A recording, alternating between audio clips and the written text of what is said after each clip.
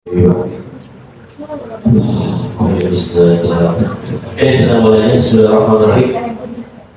Assalamualaikum warahmatullahi wabarakatuh. Waalaikumsalam warahmatullahi wabarakatuh. Alhamdulillahilladzi hadana li hadza wa ma kunna linahtadiya laula an hadana Allah.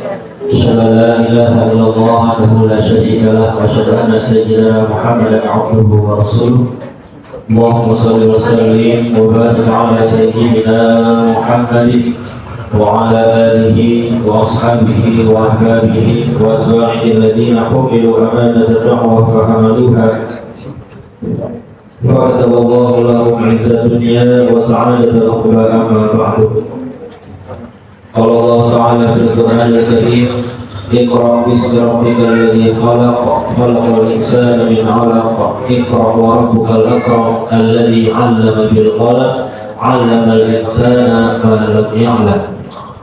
نوينا تعلق وتعليم وتذكر وتذكير والنفع والاتباع والإفادة والاستفادة والحث على التمسك بكتاب الله وسنة رسول الله صلى الله عليه وسلم والدعاء إلى الهدى والدلالة على الخير ابتغاء وجه الله وقربه وثوابه ومرضاته سبحانه وتعالى. شيخ الله لنا الفاتحة. أعوذ بالله من الشيطان الرجيم. بسم الله الرحمن الرحيم. الحمد لله رب العالمين الرحمن الرحيم مالك يوم الدين. إياك نعبد وإياك نستعين اهدنا الصراط المستقيم صراط الذين أنعمت عليهم غير المغضوب عليهم ولا الضالين آمين. Pada selanjutnya kita khususkan untuk teman-teman kita yang sedang berbaring sakit. Saat ini mungkin sedang sakit di enak badan, kita doakan semoga Allah angkat penyakitnya, Allah kuatkan badannya, dan semoga penyakitnya ini sebagai ladang dihapuskannya dosa-dosa Allah Subhanahu wa Ta'ala. Dan khusus untuk teman saya nama Muhammad Fayan yang sedang sakit pada hari ini, semoga Allah juga angkat penyakitnya, Allah sehatkan badannya, dan tentunya semoga Allah berikan kekuatan untuk bisa melakukan berbagai macam aktivitas sebagaimana sedia kala. Dan untuk teman-teman yang sedang melakukan ujian, kita doakan juga semoga yang sedang ujian pada esok hari dan seterusnya Allah berikan kelancaran, Allah berikan kemudahan, dan Allah berikan nilai yang memuaskan, yang membanggakan untuk kedua orang tuanya. Al-Fatihah biniyatil maqbul wa tamam min kulli su'lin wa maqbul bila hadrati rasul biniyatil madhkur syai'un lillahi lana wa lahum al-Fatihah. A'udzu billahi minasyaitonir rajim. Bismillahirrahmanirrahim.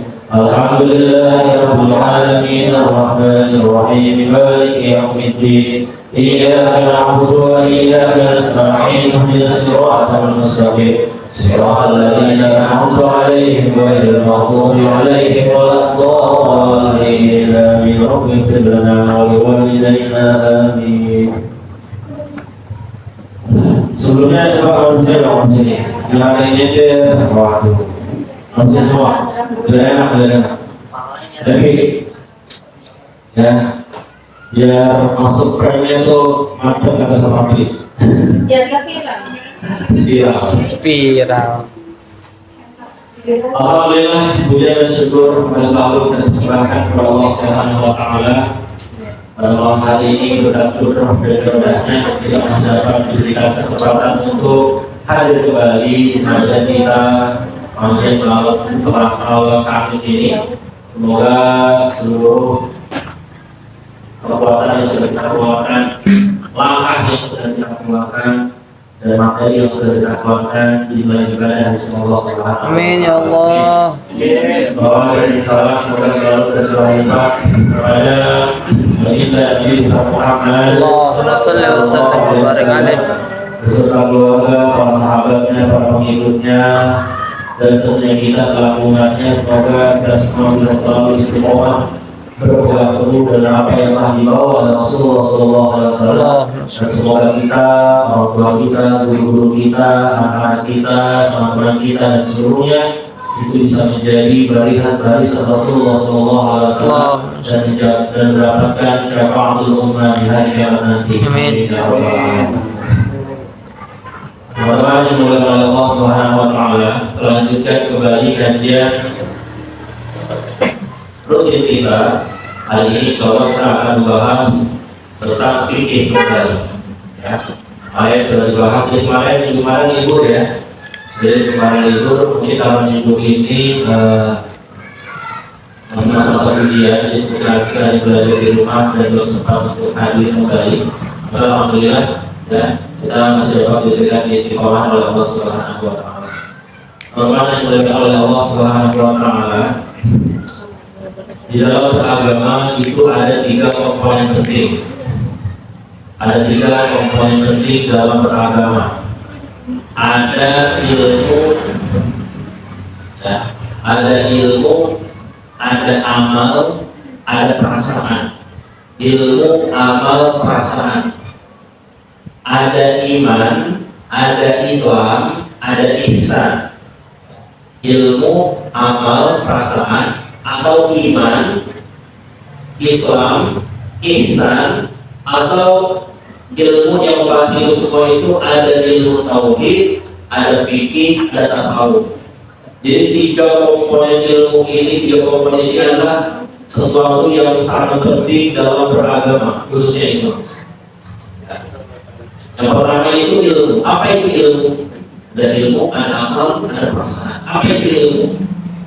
Ilmu itu agar kita bisa mengenal Tuhan kita, namanya tauhid.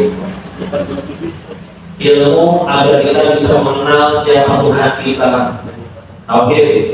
Iman agar kita bisa mengenal siapa Nabi kita, agar kita bisa mengenal siapa malaikat-malaikat yang diutus oleh Allah Subhanahu wa taala. Itu maksudnya ke ilmu, iman. Dan itu gak ada amalnya. Coba rukun iman ada amalnya gak? Gak ada. Rukun iman itu gak ada amalnya. Apa efek orang yang beriman? Gak ada. Gak kelihatan secara zahir.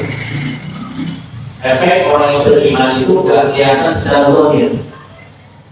Maksudnya gimana? Misalkan ini, ada 2 orang yang kembar identik orang, tapi beda agama. Yang satu muslim, yang satu non muslim.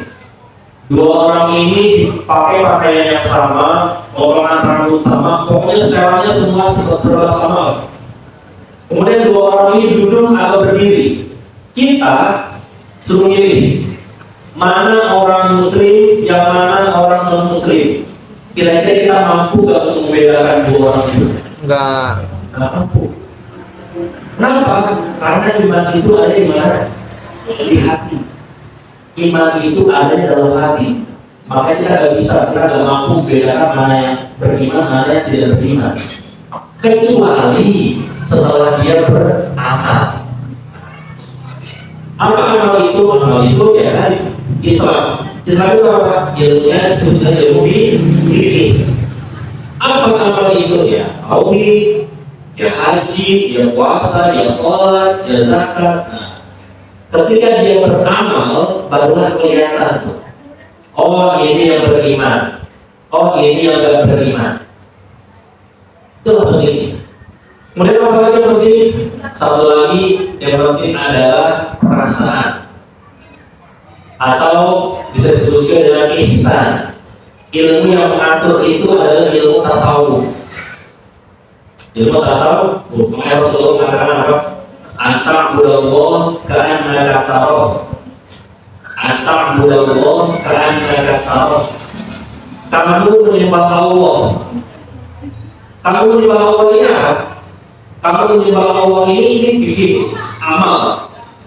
Tetapi yang ditekankan dalam ilmu tasawuf itu bukan anta'budallahnya, tapi ka'annaka tarahnya ini. Anta'budallah, kamu menyembah Allah. Yang ditekankan dalam ilmu tasawuf, dalam ihsan itu ka'annaka tarahnya. seakan-akan kamu melihat Allah. Apa perasaan ketika kita sedang beribadah? Seakan-akan kita melihat Allah. Berat, ya, sulit. Itu butuh kebiasaan yang sangat luar biasa, kebiasaan yang terus, kebiasaan yang konsisten untuk bisa merasakan itu. Tasawuf seperti itu, ya. Jadi tasawuf itu penting. Jadi itu yang dia sebabkan dari ilmu tasawuf itu karena kata seakan-akan kita melihat Allah. Jadi ketika kita beribadah, usahakan posisi diri kita seakan-akan kita melihat Allah. Kalau kamu tidak bisa merasakan itu, maka yakinilah bahwasanya Allah sedang melihat kamu. Tasawuf, ya. Jadi tasawuf itu begitu. Tasawuf itu penting. Tasawuf itu penting. Jadi jangan sampai karena ada orang-orang itu yang gak kenal ilmu tasawuf, kemudian dia nampak bahwa dia tasawuf. Karena mereka tasawuf itu adalah ilmu untuk bisa berjalan di atas air misalnya. Tasawuf adalah untuk ilmu untuk gak mempan dibacok, gak mempan dibakar. Itu bukan tasawuf. Tasawuf itu adalah ilmu untuk menumbuhkan rasa kita dalam beribadah. Ilmu untuk menumbuhkan rasa kita dalam beribadah. Itu tasawuf. Sejauh mana kita beribadah di hadapan Allah Subhanahu wa Ta'ala? Sejauh mana? Sehusyuk apa kita beribadah di hadapan Allah? Ya, jadi tasawuf itu adalah ilmu untuk menumbuhkan bahkan meningkatkan rasa kita beribadah kepada Allah. Itu tasawuf. Makanya kita itu masuk Islam itu harus totalitas. Bukan cuma jasad aja kita masuk Islam, tapi kita juga harus masuk. Kita punya ruh sama jasad. Ada yang bisa ngomong begini karena ruhnya masih nempel. Kalian bisa datang ke sini karena ruh kalian bisa nempel, masih nempel di jasad kalian. Kalau udah nempel, meninggal. Jadi kita itu beribadah antara ruh dan jasad harus seimbang. Rasulullah Allah kita dulu memerintahkan Allah. Ya ayyuhalladzina amanu udkhulu fi silmi kafah. Wahai orang-orang yang beriman, masuklah kalian ke dalam Islam secara kafah, secara totalitas. Kita itu berislam harus totalitas, harus paripurna, mutlak. Kalau jasad kita masuk Islam, berarti ruh kita juga harus masuk Islam. Jadi Islam yang totalitas itu bukan cuma jasad doang kita masuk Islam, ruh juga. Islam yang totalitas itu bukan cuma jasad doang kita sholat, tapi ruh juga ikut sholat. Jadi totalitas begitu. Jadi jangan sampai kita tuh begitu, ya. Sholat sampai kapan sholat? Apa namanya? Sulit untuk menghadirkan kehusuan misalnya. Sholat tapi pikirannya kemana, gitu, ya. Karena antara ruh dan jasad itu harus seimbang. Nah, dan ini dipelajari oleh seluruh agama. Agama itu mengajarkan spiritual. Agama itu mengajarkan spiritual, bukan Islam, tapi agama Nasrani, Buddha, ya, ada Hindu itu mengajarkan spiritual. Ya, tentang meninggalkan dunia itu diajarkan oleh seluruh agama. Meninggalkan syahwat itu diajarkan oleh seluruh agama. Tahu syahwat? Ya. Ada kecuali Islam itu syahwat diajarkan oleh seluruh agama. Ada di dalam Nasrani, di agama Nasrani itu istilah namanya rohbaniyah, kehidupan para biarawan, pastor. Mereka itu diharamkan atau dilarang untuk menikah. Jadi nafsu itu dalam agama mereka benar-benar dipotong. Nafsu itu dipotong, dilenyapkan, tidak boleh nikah. Dalam agama Buddha ada tradisi tidak boleh makan daging apapun. Jadi nafsu itu benar-benar dipotong. Agama lain itu nafsu itu dipotong. Tapi kalau kita dari kelompok Islam diatur nafsu. Kita lihat bagaimana cara kita melampiaskan nafsu ke pelampiasan yang Allah cintai di Islam. Itu saking sempurna agama kita, saking sempurna Islam, bahkan nafsu aja itu tidak seutuhnya buruk. Nafsu itu tidak seutuhnya buruk, syahwat itu tidak seutuhnya buruk. Tanpa adanya hawa nafsu, maka peradaban umat manusia di atas muka bumi ini tidak akan pernah tegak. Ya, tanpa adanya nafsu, maka kehidupan manusia di atas muka bumi ini tidak akan pernah berjalan normal. Contoh gini, ya, karena keinginan kita atau karena kebutuhan kita terhadap harta, kita didorong untuk apa? Bekerja. Karena kebutuhan kita terhadap harta, kita didorong untuk bekerja. Karena keinginan kita untuk memiliki keluarga, untuk memiliki keturunan, kita didorong untuk apa? Menikah. Semua itu bermula, semua itu berawal karena adanya dorongan hawa nafsu. Karena ada dorongan hawa nafsu. Bahkan tanpa adanya nafsu, manusia itu tidak akan terdorong untuk makan minum. Kalau ada asli makan minum tak ada nafsunya. Ujung-ujung mau makan, makan sempat bertahan. Bagaimana? Ya, akhirnya banyak manusia orang makan.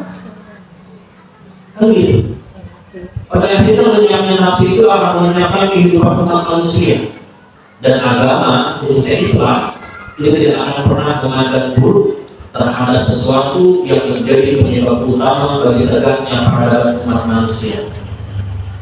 Tapi kita tidak bisa pungkiri, ya, di satu sisi nafsu itu menjadi penyebab utama bagi tegaknya peradaban umat manusia, tapi di sisi lain nafsu itu berpotensi yang menjadi penyebab utama yang akan menjurumuskan umat manusia itu masuk ke lembah kehancuran yang paling dalam.